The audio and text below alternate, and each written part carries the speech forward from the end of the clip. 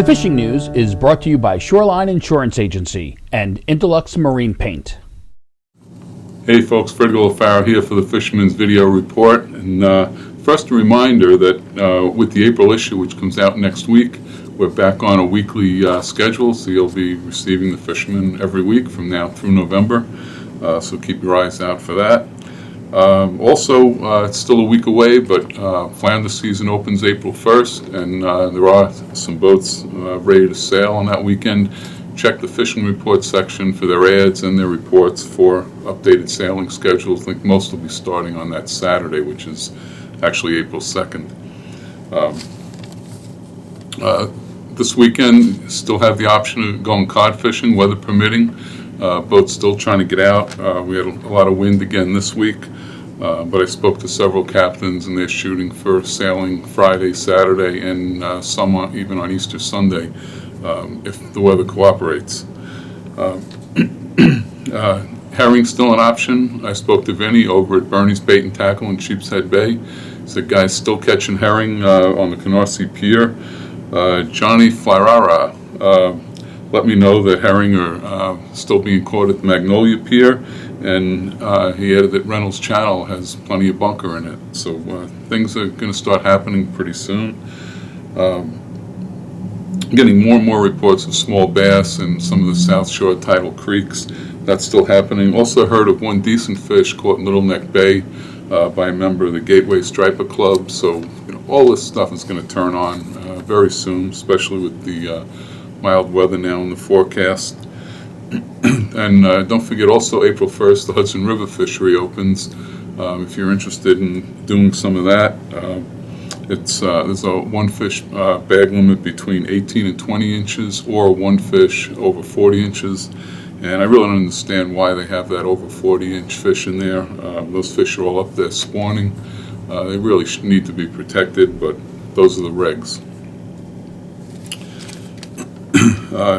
On the freshwater side, most of the Nassau and Suffolk lakes have been stocked. Actually, was stocked last week, some ahead of schedule. Spoke to some folks over at DEC, and those lakes that were stocked, and all of them will be stocked by April 1st, and only a couple that haven't been. But they're also going to be getting additional stockings by the middle of April, by the middle of the month.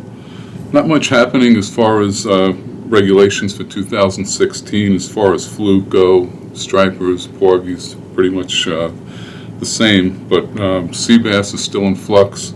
Almost certain to be looking at a reduction in bag limits, very possibly a shortened season. Also, with an opening in July, as it becomes finalized, we'll let you know. There are still options out there on the table for a length of season and different bag limits for different times of the year, but nothing decided on that yet, nothing final.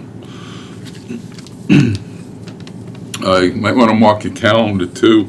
The Spring Family Fishing Festival at Belmont State Park, that's always a lot of fun. That takes place on Saturday, April 2nd. Bring the kids down there.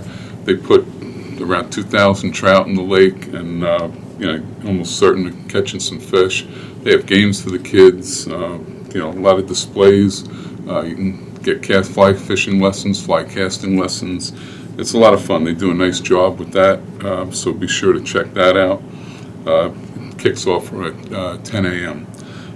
The following day, Sunday, April 3rd, is the last fishing show / flea market of the season. That's the Patchogue Fishing Flea Market. It's on Sunday, April 3rd, and that's one of the better flea markets of the year. So that's worth attending if you're still looking to pick some stuff up to kick off the season. And until then, it's Fred Golofaro here for the Fisherman magazine. Everybody have a great Easter and get out, enjoy the nice weather, and get fishing. The fishing news is brought to you by Shoreline Insurance Agency and Interlux Marine Paint.